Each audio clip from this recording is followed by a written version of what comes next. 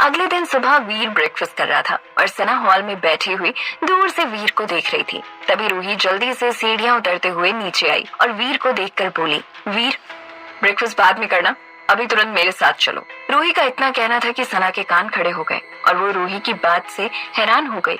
वीर रूही की तरफ देखकर पानी पीते हुए बोला, लेकिन ऐसा भी क्या अर्जेंट काम आ गया दीदी जो आप इतनी जल्दी में हैं, और कहाँ ले जा रही हो आप मुझे?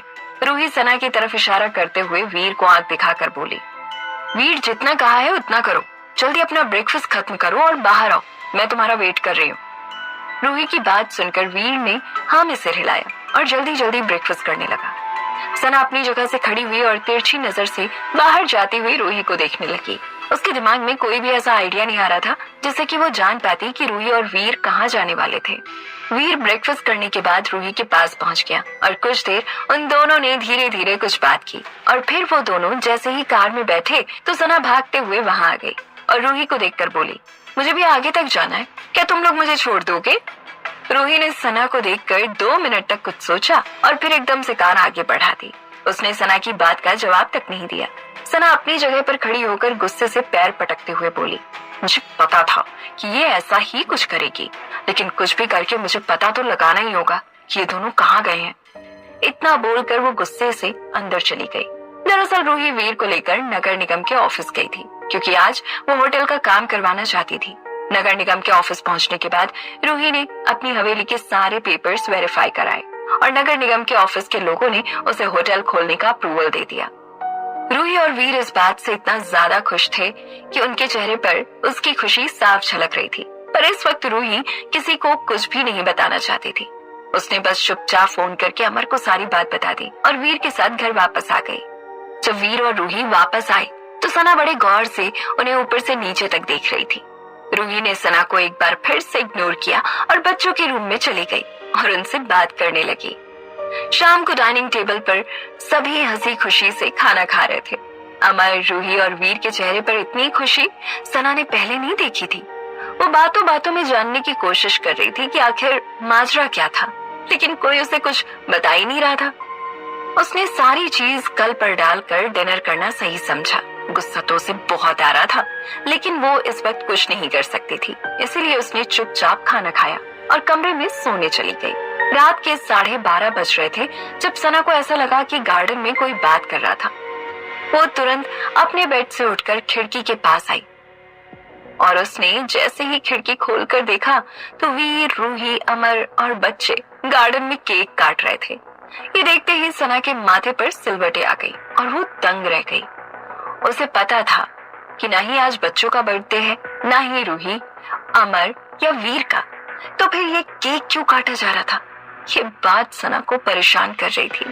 सना अपने मन में बोली, हो ना हो उनकी जिंदगी में कोई ना कोई खुशी तो जरूर आई है जिसका सेलिब्रेशन ये लोग मेरे सोने के बाद चुपचाप कर रहे हैं। सना गुस्से से रूही की तरफ देखते हुए बोली, तुम्हें जो करना था रूही तुम कर चुकी, अब देखना मैं क्या करती हूँ। और इतना कहते हुए उसने समर्थ को फोन लगा दिया। समर्थ जो कि गहरी नींद में था, सना का कॉल उठाते ही नींद वाली आवाज में बोला, क्या हुआ सना, इतनी रात को फोन क्यों कर रही हो?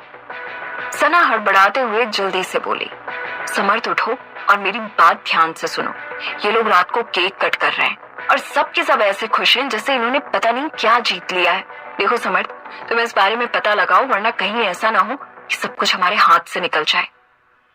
सना की बात सुनते ही समर्थ उठकर बैठ गया और हैरान होकर बोला, उस घर में 24 घंटे रहने के बाद भी तुम ये नहीं पता कर पाई कि वो लोग किस लिए सेलिब्रेशन कर रहे हैं, और ये पता करने के लिए तुम मुझे फोन कर रही हो। हद है सना। इतना बोलकर समर्थ ने गुस्से में फोन काट दिया क्योंकि उसे सना पर गुस्सा आ रहा था।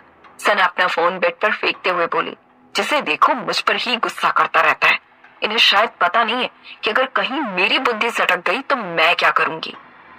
अगले दिन रूही बच्चों को तैयार कर रही थी और उसने भी आज नया सूट पहना हुआ था। सना ने जब रूही और बच्चों को तैयार देखा तो उसे लगा कि शायद आज बच्चों के स्कूल में कोई फंक्शन होगा, लेकिन जब उसकी नजर वीर और अमर पर गई तो उसने उन्हें भी तैयार देखा तो उसका माथा एक बार फिर से ठनक गया और उसके दिमाग में फिर से कई सवाल आ गए। बच्चों को तैयार करने के बाद रूही नीचे चली गई। तभी सना बच्चों के रूम में आई और उन्हें तैयार और खुश देखकर उन पर गुस्सा करते हुए बोली, तुम दोनों कहीं नहीं जाने वाले, समझे? और उतारो ये कपड़े। सना की बात सुनकर बच्चे एकदम मायूस हो गए। सना गुस्से से बच्चों को देखते हुए बोली, सुना नहीं तुमने? मैंने क्या कहा? उतारो कपड़े। सना की एक डांट के बाद बच्चों ने तुरंत अपने कपड़े उतारना शुरू कर दिया। तभी बाहर से एक आवाज आई जो कि सना बहुत अच्छे से पहचानती थी। उसने गेट की तरफ देखा तो सामने समर्थ खड़ा था।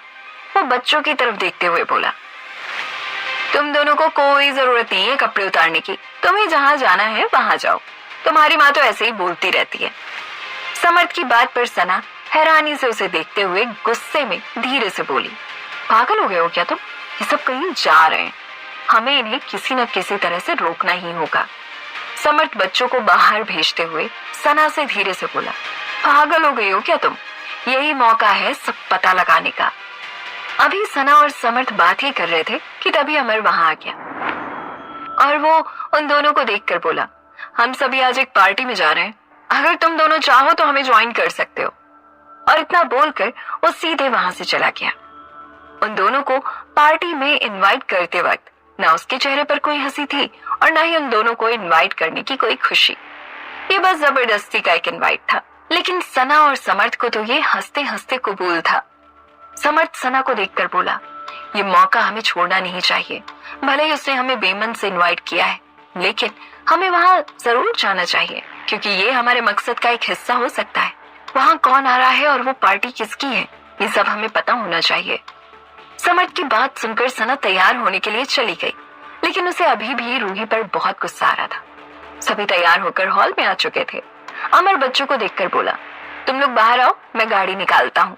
अमर के इतना कहते ही सना मन ही मन में बोली, अब मैं भी देखती हूँ रूही कि तुम कैसे अमर के साथ जाती हो। बच्चे और वीर अमर के साथ कार में बैठ चुके थे और अमर की बगल वाली सीट अभी भी खाली थी। सना बहुत ही खुश होते हुए लंबे लंबे कदम रखकर अमर की कार की तरफ बढ़ रही थी। वो रूही से पहले अमर के बगल में बैठना चाह रही थी। तभी सामने खड़ी रूही, जो कि कार के बिल्कुल करीब थी, कार का गेट खोलकर अमर के बगल में बैठ गई और दूर से आई सना को मुस्कुराते हुए देखकर हाथ हिलाकर बाय का इशारा किया। रूही को ऐसा करते देखकर सना का तन बदन जल गया था क्योंकि उसके सारे किए कराए पर पानी फिर गया था। 2 मिनट बाद अमर की कार वहां से निकल गई। समर्थ जल्दी से अपनी कार में बैठते हुए सना से बोला, जल्दी बैठो, हमें तो वो एड्रेस भी नहीं पता कि पार्टी कहाँ है, हमें उनकी कार के पीछे ही जाना होगा। सना गुस्से में आकर समर्थ के बगल में बैठ गई और समर्थ अमर की कार के पीछे पीछे चलने लगा। समर्थ की कार में बैठी सना बार बार रूही को गुस्से में उल्टा सीधा बोल रही थी और समर्थ बस ये सोच रहा था कि आगे होने क्या वाला था। तभी थोड़ी दूर जाकर अमर की कार रुक गई। समर्थ, जो कि सिर्फ अमर की कार पर ही नजर बनाए हुए था, जब वो अपनी कार से बाहर निकला तो आसपास की लोकेशन को देखकर उसने अपने माथे पर हाथ रख लिया और उसको सब समझ में आ गया कि ये पार्टी किस चीज की थी और ये लोग अभी तक क्या छुपा रहे थे। सना समर्थ को देखकर बोली, क्या हुआ, तुम ऐसे परेशान क्यों हो गए? समर्थ सना को देखकर सामने की तरफ इशारा करते हुए बोला, ये वही हवेली है जिसे कुछ दिन पहले रूही ने अपने होटल में बदला है और इसके ओरिजिनल पेपर्स ना होने की वजह से नगर निगम वालों का इस पर ताला लगा हुआ था, लेकिन अब ये ताला खुल चुका है। मतलब जरूर वो पेपर्स रूही के हाथ लग गए हैं और ये होटल दोबारा से खुलने वाला है, इसीलिए ये लोग तुमसे सब कुछ छुपा रहे थे। समर्थ ने जैसे ही इतना बोला तो रूही मुस्कुराते हुए सना और समर्थ के पास आई और उन्हें देखकर बोली, welcome to my new hotel. इतना बोलकर वो सभी को अपने साथ होटल के अंदर लेकर आ गई। वाकई में होटल बहुत शानदार था। रूही मुस्कुराते हुए समर्थ और सना के उतरे हुए चेहरों को देख रही थी क्योंकि उन दोनों के चेहरे की तो हवाइयां उड़ी हुई थी, क्योंकि समर्थ को तो यही पता था कि वो पेपर उसी के पास था और अचानक से ये सब होना उसे 440 वोल्ट का शॉक दे गया था। वेटर सभी को मिठाइयां खिला रहे थे और रूही समर्थ की तरफ देखकर वेटर से इशारा करते हुए बोली, अरे इन्हें खिलाइए मिठाइयां, यही तो है वो जिनकी वजह से होटल दोबारा ओपन हो पाया है। और इतना बोलते हुए वो समर्थ के एकदम पास आ गई और उसे देखकर बोली, कैसा लगा मेरा होटल तुम्हें? समर्थ, तुमने कभी सोचा नहीं होगा ना कि दोबारा कभी मैं इसे खोल भी पाऊंगी? समर्थ गुस्से से रूही की तरफ घूरते हुए उसे देखकर बोला, ये जो तुमने मेरे साथ खेल किया है ना, ये तुम्हें बहुत महंगा पड़ेगा। ये सब बोलते हुए वो धीरे धीरे रूही के पास आ रहा था। तभी रूही के पीछे से अमर आकर समर्थ की छाती पर अपना हाथ रखकर उसे दूर करते हुए बोला, यहाँ गेस्ट बनकर आए हो तो गेस्ट बनकर ही रहो, पर्सनल होने की जरूरत नहीं है। और वो रही तुम्हारी बहन सना, उसके पास जाकर चुपचाप खड़े हो जाओ। अमर की बात सुनकर समर्थ को गुस्सा तो बहुत आया था, लेकिन आज वो अपने हालातों से मजबूर था, इसलिए समर्थ अमर से कुछ भी नहीं बोल पाया। वो बस गुस्से से होटल के बाहर निकल गया और अपना फोन निकालकर उसने रंजन को फोन लगा दिया। रंजन, जो कि एक हैप्पी मूड में अपने फ्रेंड्स के साथ बैठा हुआ था, समर्थ का कॉल देखते ही साइड में आ गया और फोन उठाकर बोला, कहिए क्या हाल है जनाब का। समर्थ गुस्से से उस पर चिल्लाते हुए बोला, ये शेरो शायरी तुम मुझसे ना ही करो तो अच्छा होगा।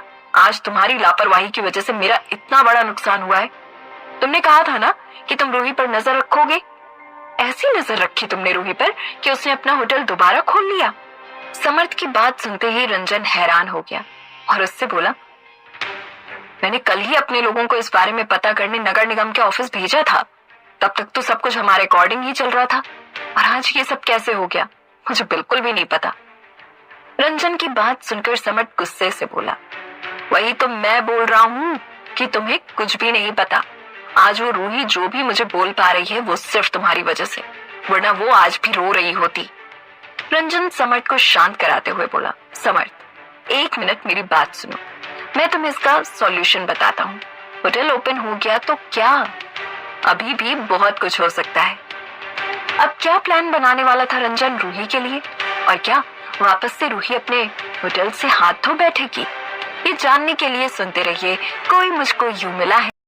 रंजन का समर्थ की बातों को इतना लाइटली लेना समर्थ को और गुस्सा दिला रहा था। वो गुस्से से रंजन से बोला, रंजन क्या सोचा है, कुछ बताओगे या फिर मुझे झूठे सपने ही दिखाते रहोगे? रंजन मुस्कुराते हुए उधर से बोला, रूही को जितनी खुशियां मनानी है उसे मना लेने दो।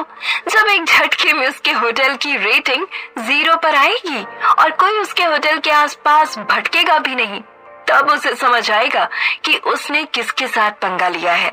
अभी समर्थ रंजन से बात कर ही रहा था कि तभी उसे ऐसा लगा जैसे अंदर रूही जोर जोर से कुछ बोल रही थी, और उसने तुरंत रंजन का कॉल कट कर दिया और खुद अंदर चला गया।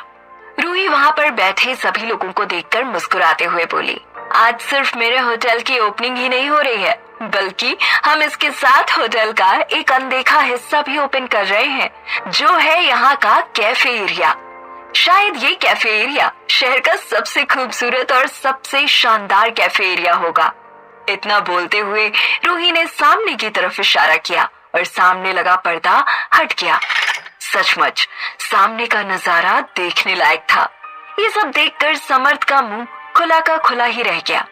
उसे समझ नहीं आ रहा था कि आज का दिन उसके लिए इतना बुरा क्यों था, क्योंकि आज उसे शौक पर शौक मिल रहे थे। सामने का कैफे एरिया देखकर सभी ताली बजाने लगे और तभी एक बड़ा सा केक रूही के सामने आ गया। रूही, बच्चे और अमर सभी केक के पास खड़े थे। रूही ने केक कट किया और पहले उसने बच्चों को खिलाया, फिर अमर को, और अब बारी थी रूही को केक खिलाने की।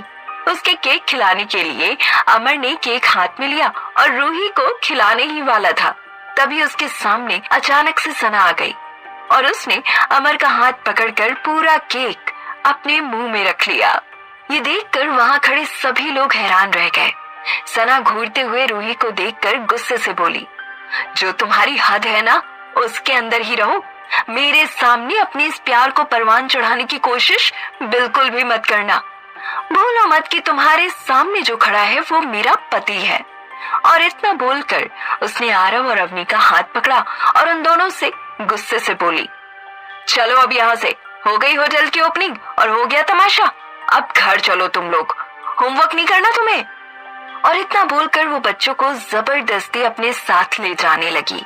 तभी अमर वहां आए सभी लोगों के हैरान चेहरों को देखता हुआ तेजी से सना के पास आया और उसे आंख दिखाकर बोला, सना यहाँ कोई तमाशा मत करो, यहाँ सभी अच्छे लोग आए हुए हैं और अपनी इन हरकतों से उन सबको अपना लेवल मत दिखाओ। सना अमर की तरफ गुस्से से देख रही थी, लेकिन वो कुछ बोल नहीं पा रही थी। तभी अमर बच्चों का हाथ पकड़ते हुए बोला, तुम्हें जाना है यहाँ से तो जाओ, लेकिन बच्चे मेरे साथ रहेंगे। सना गुस्से से अमर को देख ही रही थी कि तभी समर्थ उसके पास आया और सना का हाथ पकड़कर उससे बोला, चलो हम यहाँ से चलते हैं। और इतना बोलकर वो सना को अपने साथ ले गया। सना गुस्से में समर्थ के पास जाकर उसकी कार में बैठ गई और उसे देखकर बोली, ये जो आज रूही ने किया है ना, इसकी वसूली तो मैं करके रहूंगी। इसको भी मैं ऐसा सरप्राइज दूंगी जिससे पूरी तरह से हिल जाएगी। रास्ते भर सना इसी तरह से बड़बड़ाती रही और समर्थ चुपचाप सुनता रहा। कुछ देर बाद समर्थ ने सना को उसके घर पर छोड़ा और फिर खुद अपने घर के लिए निकल गया। अभी समर्थ अपने घर पहुंचा ही था कि तभी नंदिता वहां आ गई। समर्थ, जो कि अपने लिए खाना बनाने जा रहा था, नंदिता को ऐसे अचानक से अपने घर पर देखकर बोला, लगता है आज आप रास्ता भटक गई हैं। ये आपका एनजीओ नहीं है, ये मेरा घर है। नंदिता आगे आते हुए समर्थ को देखकर बोली, मैं अच्छे से जानती हूँ कि मैं किस रास्ते पर चल रही हूँ और तुम मेरे गाइड बनने की कोशिश मत करो। आज मैं तुमसे यहाँ कुछ सवाल पूछने आई हूँ जिसके जवाब तुम्हें देने होंगे। समर्थ मुस्कुराते हुए नंदिता को देखकर बोला, ये जो टोन है ना आपकी, ये मुझे बदतमीजी करने पर मजबूर कर देती है। नंदिता समर्थ को देखकर गुस्से से बोली, मुझे जानना है कि सना वापस कैसे आई। वो तो मर चुकी थी ना। तुम तो अपनी बहन के लिए सब कर रहे थे ना, फिर कैसे जिंदा किया तुमने उसे? और अगर वो कभी मरी ही नहीं थी तो फिर तुमने ये बात मुझसे क्यों छुपाई? समर्थ उसकी बात सुनकर बाहर हॉल में आकर बैठ गया। वो नंदिता को देखकर बोला, लगता है सना को देखकर आपको बिल्कुल भी खुशी नहीं हुई है, इसीलिए आप इतने सवाल कर रही हैं। नंदिता समर्थ की तरफ देखते हुए लंबी सांस लेकर बोली, ऐसी बात नहीं है, लेकिन मैं जानना चाहती हूँ कि वो वापस कैसे आई। समर्थ नंदिता की बात सुनकर बिल्कुल उसके पास आ गया और उनकी आंखों में देखते हुए बोला, आपको सना का वापस आना अच्छा नहीं लगा ना? आपको बर्दाश्त नहीं हुआ ना कि हम बहन भाई फिर से कैसे मिल गए? क्योंकि आप तो मेरे कंधे पर रखकर रूही पर बंदूक चला रही थी और सना के आ जाने से आपका पत्ता कट गया। समर्थ की बात सुनकर नंदिता चिल्लाते हुए बोली, ऐसी कोई बात नहीं है, मैं खुश हूँ कि सना वापस आई, लेकिन मुझे तुम्हारा और सना का खेल कुछ समझ नहीं आ रहा। समर्थ आज पहली बार नंदिता को आंख दिखाते हुए बोला, अगर आप खुश हैं तो खुश रहिए, ज्यादा इन्वेस्टिगेशन करने की कोई जरूरत नहीं है, क्योंकि आप ना ही पुलिस है और ना ही मेरी माँ, इसीलिए मैं आपको कोई जवाब देना जरूरी नहीं समझता। नंदिता को समर्थ का उससे ऐसे बात करना बिल्कुल अच्छा नहीं लगा था, इसीलिए वो तुरंत वहां से चली गई। समर्थ नंदिता के जाने के बाद खुद से बोला, मुझे कोई ना कोई कहानी जरूर बनानी होगी, वरना ये सवाल मेरा पीछा नहीं छोड़ेगा। और इतना बोलकर वो किचन में आ गया और अपने लिए कुछ बनाने लगा। उधर बच्चे वीर के पास थे। रूही और अमर होटल में लोगों से मिल रहे थे। बच्चे थोड़ा परेशान थे, इसीलिए वीर उन्हें खिलाने की कोशिश करने लगा। बच्चे वीर को देखकर बहुत ही उदास होकर बोले, मामा, सना मम्मा हमारे घर से कब जाएगी? वो हमें बिल्कुल अच्छी नहीं लगती और वो हमारे माँ और पापा के बीच में फाइट करा देती हैं। वो हमसे भी अच्छे से बात नहीं करती, वो किसी से अच्छे से बात नहीं करती। वीर बच्चों की बात सुनकर वहां पड़ी एक चेयर पर उनके बिल्कुल पास बैठकर और उन्हें देखकर बोला, वो आपके घर से एक दिन जरूर जाएगी और फिर देखना सब अच्छा हो जाएगा, लेकिन वो दिन कब आएगा ये मैं तुम्हें अभी नहीं बता सकता। आरव बड़ी मासूमियत के साथ वीर को देखकर बोला, फिर माँ पापा की शादी होगी ना? वीर मुस्कुराते हुए आरव को देखकर बोला, हाँ जरूर होगी तुम्हारे माँ पापा की शादी। वीर की बात सुनकर आरव और अवनी एक दूसरे को देखकर मुस्कुराने लगे, जैसे कि उन्हें रूही और अमर को एक साथ देखने की नई उम्मीद मिल गई थी। आरव और अवनी भले ही बच्चे थे, लेकिन वो जानते थे कि सना उनके लिए और उनकी फैमिली के लिए सही नहीं थी, इसीलिए सगी मां होने के बावजूद भी उन दोनों को सना के साथ नहीं रहना था। थोड़ी देर बाद रूही, वीर और बच्चों ने एक साथ बहुत ही खुशी से लंच किया। जब भी सना उन लोगों के आसपास नहीं होती थी तो बच्चे और अमर रूही के साथ बहुत खुश रहते थे। काफी रात हो गई थी और सना घर पर अकेली थी। वो लोग अभी भी होटल से वापस नहीं आए थे। सना गुस्से से घर में इधर उधर चक्कर लगा रही थी और उसे हर बात पर गुस्सा आ रहा था, क्योंकि उसे पता नहीं चल पा रहा था कि वहां पर क्या चल रहा होगा और वो सभी क्या कर रहे होंगे। तभी उसे ऐसा लगा जैसे बाहर कोई कार आई थी। उसने जाकर देखा तो अमर और रूही घर वापस आ गए थे। उन दोनों ने ही एक एक बच्चे को गोद में लिया हुआ था क्योंकि बच्चे सो चुके थे। सना ने बड़ी चालाकी से सोने का नाटक किया क्योंकि वो अमर और रूही की बातें सुनना चाहती थी। अमर और रूही ने बच्चों को उनके रूम में लिटा दिया। फिर अमर रूही को देखकर बोला, I am so proud of you Ruhi. मैंने लाइफ में बहुत लड़कियां देखी, लेकिन तुम्हारे जैसी जज्बे वाली लड़की मैं पहली बार देख रहा हूँ जो अपने दम पर इतना बड़ा बिजनेस करने जा रही है। अमर की बात सुनकर रूही की आंखें भर आईं और वो अमर को देखकर बोली, मैं बहुत खुश हूँ कि इन सब में तुम मेरे साथ हो, लेकिन मैं तुम्हारा साथ दुनिया के सामने पाना चाहती हूँ। अमर, हमारी शादी तो होगी ना? अमर रूही के गाल पर हाथ रखकर उसे भरोसा दिलाते हुए बोला, रूही, वो प्यार ही क्या जो मुश्किलों से ना गुजरे। तुम देखना, हमारी शादी भी होगी और हम अपने प्यार की एक नई कहानी भी लिखेंगे, फिर चाहे उसमें सना और समर्थ जैसे कितने भी लोग क्यों ना आ जाएं। इतना बोलकर उन दोनों ने एक दूसरे को हक कर लिया। सना थोड़ा सा गेट खोलकर चुपके से ये सब देख रही थी और जैसे ही रूही और अमर अपने अपने कमरे की तरफ जाने के लिए मुड़े तो सना तुरंत आकर अपने बेड पर आंख बंद करके लेट गई। रूही ने जाकर सना को देखा तो वो सो रही थी। उसे सोता हुआ देखकर रूही ने चैन की सांस ली क्योंकि अगर वो अमर और रूही को ऐसे देख लेती तो रूही के लिए एक बवाल हो सकता था। भले ही रूही को चैन की सांस मिली थी, लेकिन वो ये नहीं जानती थी कि सना ने सब कुछ देख और सुन लिया था और अब वो कुछ नया प्लान करने वाली थी। रूही स्टोर रूम में जाकर सो गई और अमर रोज की तरह उस स्टोर रूम के ठीक सामने पड़े सोफे पर जाकर लेट गया क्योंकि उसे रात भर रूही को देखते हुए सोना अच्छा लगता था और रूही को भी अमर के पास होने से बिल्कुल भी डर नहीं लगता था। अगले दिन रूही बच्चों को छोड़ने स्कूल गई थी। वो वापस आई तो उसके फोन में वीर की कई मिस्ड कॉल थे। उसने तुरंत वीर को फोन लगाया और वो हड़बड़ाते हुए बोली, क्या हुआ वीर, तुम ठीक तो हो ना? तुमने इतने सारे कॉल किए। वीर रूही को शांत कराते हुए धीरे से बोला, हाँ दीदी, मैं बिल्कुल ठीक हूँ। मैंने आपको कॉल इसलिए किया था क्योंकि एक पार्टी हमारे पास आई थी और वो पूरा होटल बुक करना चाहती है, तो अगर आप हाँ कहें तो मैं उन्हें यस बोल दूं। रूही हंसते हुए वीर से बोली, ये भी कोई पूछने वाली बात है वीर, मैंने होटल का पूरा जिम्मा तुम्हें सौंप रखा है। जो तुम्हें सही लगता है वो तुम कर सकते हो और फिर इतना बड़ा मौका हमारे हाथ से नहीं जाना चाहिए। तुम उस पार्टी को तुरंत हाँ बोल दो। वीर से बात करके रूही अपने कमरे में चली गई, लेकिन वो भूल गई थी कि वहीं बैठी सना ने उसकी और वीर की सारी बातें सुन ली थी। सना रूही को जाते हुए देखकर अपने मन में बोली, अब मैं तुम्हें दिखाती हूँ कि ये बुकिंग तुम पर कैसे और कितनी भारी पड़ेगी। और इतना कहते हुए उसने अपना पर्स उठाया और घर से निकल गई। थोड़ी देर बाद सना समर्थ के घर पर थी। उसे वहां देख समर्थ हैरानी से बोला, तुम यहाँ क्यों आई हो? सना उसे देखकर जोर से बोली, क्योंकि मुझे तुम्हें कुछ बताना था। समर्थ सना की इस बात पर न जाने क्यों गुस्सा हो गया और बोला, तो तुम फोन करके भी तो बता सकती थी ना मुझे। तुम नहीं जानती हो कि तुम्हारा वहां पर होना कितना ज्यादा जरूरी है? तुम्हारे वहां ना होने से वो लोग कुछ भी कर सकते हैं। सना समर्थ की बात से थोड़ी चिढ़ गई और उससे बोली, मेरा भी मन करता है उस घर से बाहर निकलने का, वहां तो कोई मुझसे ठीक से बोलता तक नहीं है। सना अपना दुखड़ा रोने लगी तो समर्थ तुरंत बोला, अच्छा ठीक है, बताओ तुम क्या बताने आई थी? सना उसे देखकर बोली, एक बहुत बड़ी पार्टी ने रूही के होटल को बुक करने की बात कही है और रूही इस बात से बहुत ज्यादा खुश है। यही एक न्यूज थी मेरे पास, अब तुम डिसाइड करो कि तुम्हें क्या करना है। सना की बात सुनकर समर्थ मुस्कुराकर बोला, इसमें डिसाइड करने जैसा कुछ है ही नहीं, ये सब तो मैंने पहले से ही प्लान करके रखा है। और इतना बोलते हुए वो बाहर निकल गया। बाहर जाकर उसने तुरंत रंजन को फोन लगाया और उससे बोला, भाई अब टाइम आ गया है जब तुम अपने काम को शुरू करो।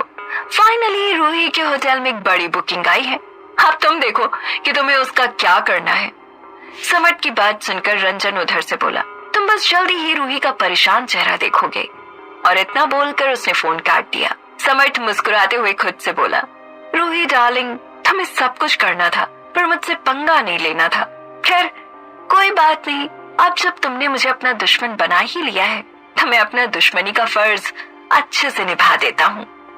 क्या करने वाले थे समर्थ और रंजन मिलकर रूही के साथ, और क्या जान पाएगी रूही? ये सब जानने के लिए सुनते रहिए। पूरे होटल की बुकिंग का मतलब था कि एक ही दिन में उतनी कमाई, इतनी जल्दी, जिसके होने के बारे में रूही और वीर ने कभी सोचा भी नहीं था। और रूही इस बात को भी अच्छी तरह से जानती थी कि वीर इस काम को अकेला नहीं संभाल सकता था, इसीलिए वो वीर के साथ होटल की बाकी तैयारी में लगी थी। वो अपनी निगरानी में सारा खाना बनवा रही थी और सारी डेकोरेशन कर रही थी। वो इस पार्टी के शानदार रहने में कोई कमी नहीं आने देना चाहती थी, क्योंकि इस होटल के खुलने के बाद ये सबसे बड़ी पार्टी थी, इसलिए इसमें रूही अपने होटल की रौनक को खुलकर दिखाना चाहती थी। उसे पता था इस पार्टी में कई बड़े लोग जरूर आएंगे और यही सही वक्त था अपने होटल को अच्छे से रिप्रेजेंट करने का।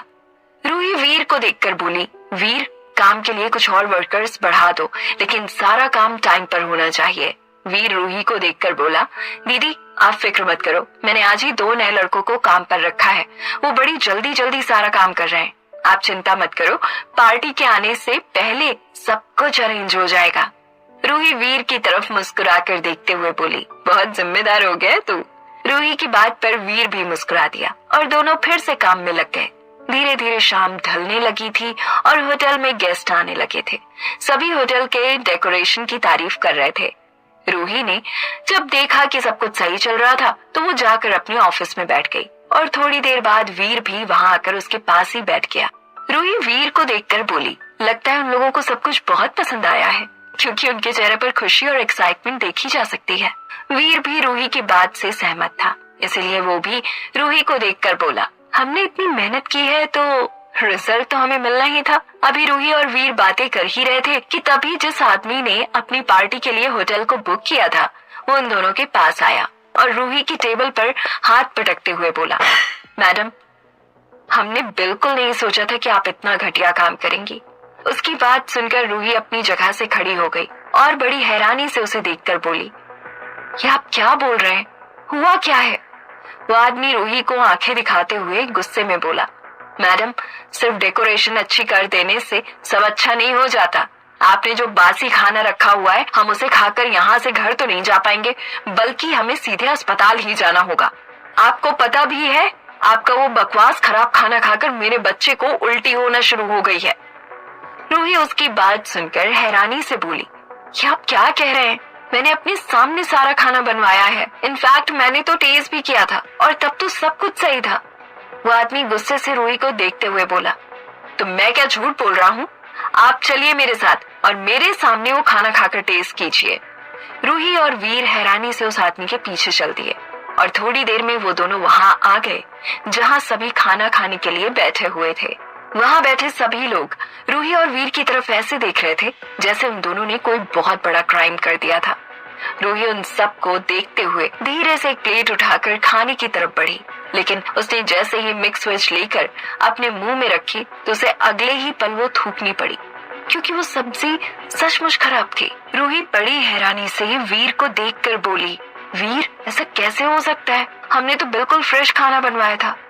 तभी वो आदमी फिर से रूही और वीर को देखकर चिल्लाते हुए बोला, हमें सब पता है, बड़ा होटल और ये महंगी डेकोरेशन दिखाकर लोगों को बेवकूफ बनाने की चाल मैं अच्छे से जानता हूँ। अरे इससे अच्छा होता कि हमने मिस्टर रंजन का कोई होटल बुक कर लिया होता।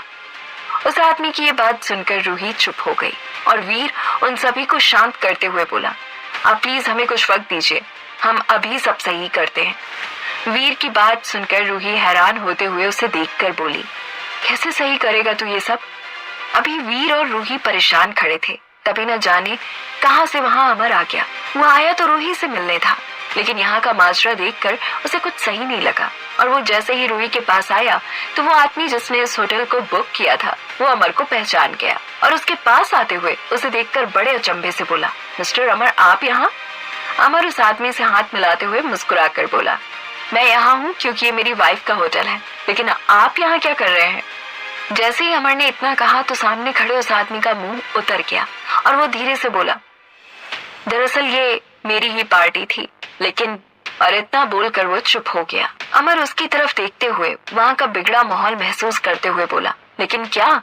उस आदमी ने अमर की बात का कोई जवाब नहीं दिया, पर रूही अपनी आंखों में आंसू भर के अमर की तरफ देखकर बोली, लेकिन न जाने कहां से सब कुछ खराब हो गया है। मैंने खुद अपने सामने खाना बनवाया था, पर अब खाने का टेस्ट बदल चुका है, वो खराब हो गया है।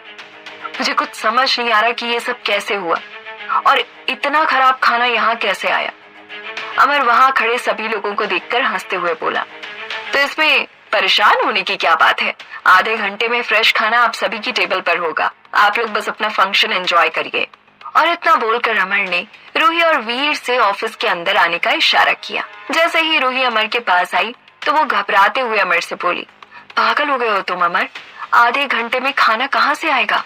अमर रूही की तरफ देखकर उसे समझाते हुए बोला, रूही, अगर आज होटल की इज्जत बचानी है तो एक ही रास्ता है कि हम रंजन के होटल से खाना मंगवा लें। अमर की बात सुनकर रूही एकदम चुप हो गई, लेकिन इसके अलावा उसके पास कोई चारा भी नहीं था। रूही को चुप देखकर अमर ने तुरंत वीर से खाना लाने को कहा और खुद रूही के पास बैठ गया। रूही बैठी जरूर अमर के पास थी, लेकिन उसका दिमाग अभी भी इन सवालों से घिरा था कि खाना खराब कैसे हो सकता था। इसीलिए उसने अपने पूरे स्टाफ को अपने पास बुलाया और उन सभी को देखकर बोली, सच सच बताओ मुझे कि खाने के साथ क्या हुआ है, क्योंकि इतना तो मैं भी अच्छे से जानती हूँ कि खाना ऐसे खराब नहीं हो सकता। वो लोग कुछ बोलते इसके पहले ही रूही बड़ी हैरानी से बोली, मैंने सभी को बुलाया था अपने पास, और आप सभी के बीच वो 2 लड़के तो हैं ही नहीं जिन्होंने आज ही ज्वाइन किया था। होटल का मैनेजर रूही को देखकर बोला, वो लड़के तो खाना बनते ही यहाँ से भाग गए थे। जैसे ही उसने ये कहा तो रूही की आंखों के सामने सब कुछ क्लियर हो गया और वो अमर की तरफ देखने लगी। शायद अमर को भी सब कुछ समझ आ गया था, इसीलिए वो बड़े ध्यान से रूही की तरफ देख रहा था। रूही ने अपने पूरे स्टाफ को वहां से जाने के लिए कहा और उन सबके वहां से जाते ही अमर को देखकर वो जल्दी से बोली, अमर, आई एम श्योर जरूर उन 2 लड़कों ने ही कुछ किया है, और वो लड़के समर्थ या रंजन में से किसी के भेजे हुए थे, क्योंकि इन दोनों के अलावा इस वक्त इतनी बुरी हरकतें शहर में कोई और नहीं कर सकता। कुछ देर बाद वीर खाना लेकर रूही के होटल आ चुका था। पार्टी में सभी ने बड़े अच्छे से खाना खाया और वो आदमी जिसने उस होटल को बुक किया था वो जाते वक्त रूही के पास आया और उसे देखकर बोला, मैम, आई एम सॉरी, मैं नहीं जानता था कि आप मिस्टर अमर की वाइफ है। वो बहुत अच्छे हैं और मैंने हमेशा उनकी रिस्पेक्ट की है, लेकिन आज मैंने जो बर्ताव आपके साथ किया वो एक तरह से उनकी डिसरिस्पेक्ट हुआ, इसलिए मैं आपसे माफी मांगता हूँ। रूही उनकी तरफ देखकर मुस्कुराकर बोली, आप मुझसे बड़े हैं, आप मुझसे माफी मत मांगिए, और देखा जाए तो कहीं ना कहीं गलती मेरे स्टाफ की ही है। सभी के जाने के बाद अभी रूही अमर के साथ केबिन में बैठी हुई थी कि तभी रूही के फोन में एक मैसेज का नोटिफिकेशन आया जिसमें उसके होटल की रेटिंग डाउन हो गई थी।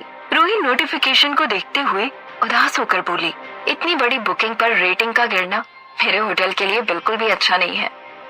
रूही की बात अमर ने सुन ली थी। वो उसके हाथ पर अपना हाथ रखकर बड़े प्यार से बोला, रूही, ऐसे अपसेट नहीं होते, ये उतार चढ़ाव तो बिजनेस में लगा ही रहता है। कभी 5 स्टार रेटिंग होगी तो कभी तुम्हें कोई स्टार नहीं मिलेगा। इसका मतलब ये नहीं है कि तुम हार जाओ और अपने होटल के लिए मेहनत करना बंद कर दो। अमर की बात सुनकर रूही मुस्कुराते हुए हाँ में सिर हिलाने लगी। कुछ ही देर में वीर, अमर और रूही एक साथ बैठकर खाना खा रहे थे। तभी रूही का फोन बजा। उसने फोन में देखा तो वो रंजन का कॉल था। रूही को समझ नहीं आ रहा था कि वो फोन उठाए ना उठाए। तभी अमर ने रूही का फोन उससे ले लिया और फोन उठाकर अपने कान में लगा लिया। उधर से रंजन मुस्कुराते हुए बड़े रौब से बोला, उस दिन मैंने तुम्हारी इज्जत लूटने की कोशिश की थी तो तुमने मुझसे बात करना बंद कर दिया, और आज मैंने तुम्हारे होटल में खाना भेजकर तुम्हारी इज्जत बचाई है। अब तो हिसाब बराबर हो गया ना। उसकी बात सुनकर अमर गुस्से से उससे बोला, तुम हर चीज के मायने अपने हिसाब से क्यों तय करते हो रंजन? रंजन ने जैसे ही अमर की आवाज सुनी तो उसके चेहरे की हंसी एकदम से गायब हो गई और वो चुप हो गया। अमर अपनी सख्त आवाज में रंजन से बोला, ये आखिरी बार है जब मैं तुम्हें माफ कर रहा हूँ, और अगर इस बार तुमने रूही को जरा भी परेशान किया तो फिर मुझे ये बताने की जरूरत नहीं है कि मैं तुम्हारे साथ क्या करूंगा और मैं क्या क्या कर सकता हूँ, क्योंकि दोनों ही चीज तुम बड़े अच्छे से जानते हो। और इतना बोलकर उसने फोन कट कर दिया। फोन काटने के बाद रूही बड़े प्यार से अमर की तरफ देख रही थी। उसे पता चल गया था कि कोई है अब उसके पास जो उसके लिए पूरी दुनिया से लड़ सकता था और उसके साथ हर मुश्किल से मुश्किल वक्त में खड़ा रह सकता था। अमर रूही को देखकर एकदम सीरियस होकर बोला, रूही, मुझे तुमसे कुछ जरूरी बात करनी थी और इसीलिए मैं यहाँ आया था। अमर को इतना सीरियस देखकर रूही थोड़ा हैरान हो गई और उसे देखकर बोली, क्या हुआ, बोलो। अमर रूही की तरफ देखकर बोला, रूही, मैं नहीं चाहता कि सना का बिल्कुल भी असर आरव और अवनी पर पड़े, इसलिए जब तक सना हमारी जिंदगी से नहीं जाती तब तक तुम्हें आरव और अवनी का थोड़ा ज्यादा ध्यान रखना होगा। आई नो कि सना तुम्हें उनके पास नहीं जाने देती है, लेकिन फिर भी तुम्हें कैसे भी करके बच्चों का ध्यान रखना होगा। रूही अमर को इतना परेशान देखकर उसे समझाते हुए बोली, मेरे होते हुए तुम बच्चों की फिक्र बिल्कुल भी मत करो। और रही बात बच्चों पर सना के असर की, तो वो तो हो ही नहीं सकता, क्योंकि बच्चे खुद ही उसे पसंद नहीं करते और हमारे बच्चे बहुत समझदार हैं, उन्हें अच्छे और गलत का अंतर बहुत अच्छे से पता है, इसलिए तुम उन दोनों के लिए बेफिक्र रहो। अमर रूही की तरफ देखकर मुस्कुराते हुए बोला, अगर तुम मेरे साथ हो तो भले ही मेरे सामने सना जैसी 10 लड़कियां और क्यों ना आ जाएं, मुझे सचमुच कोई फर्क नहीं पड़ने वाला। अमर और रूही दोनों एक दूसरे को देखकर मुस्कुरा रहे थे। तभी ब्लैक टाइगर का कॉल आ गया। उसे देखकर अमर हैरानी से बोला, जरूर कुछ न कुछ मुसीबत आने वाली है, ये मुझे फालतू में कॉल नहीं करता। और इतना बोलकर उसने फोन उठाकर अपने कान में लगा लिया। फोन उठाते ही उधर से ब्लैक टाइगर थोड़ा हड़बड़ाते हुए बोला, अमर, तुम ऑफिस में क्यों नहीं हो? उसकी बात सुनकर अमर बड़ी हैरानी से बोला, ये बात तुम्हें कैसे पता कि मैं ऑफिस में नहीं हूँ? ब्लैक टाइगर फिर से जल्दी में बोला, मुझे सब पता है और मुझे ये भी पता है कि तुम्हारे ऑफिस में बहुत बड़ा कांड होने वाला है। इनकम टैक्स के लोग तुम्हारे ऑफिस में रेड डालने जा रहे हैं। और अमर, मुझे ये भी पता है कि तुमने हीरे वहीं पर छुपाए हैं। जितनी जल्दी हो सके तुम ऑफिस पहुंचो। तुम्हारे पास सिर्फ 20 मिनट का वक्त है, क्योंकि इनकम टैक्स की टीम अपने ऑफिस से निकल चुकी है। ब्लैक टाइगर की बात सुनते ही अमर एकदम चुप हो गया। रूही और वीर, जो कि अमर की तरफ हैरानी से देख रहे थे, उन्हें भी ये समझ आ गया था कि कुछ न कुछ गड़बड़ तो जरूर हुई थी। रूही अमर के पास आते हुए बोली, क्या हुआ है? तुम इतना परेशान क्यों हो गए? और किसका फोन था? क्या चले जाएंगे वो हीरे अमर के हाथ से? और अब कौन सी मुसीबत आने वाली थी अमर और रूही की जिंदगी में? ये जानने के लिए सुनते रहिए कोई मुझको यूं मिला है, सिर्फ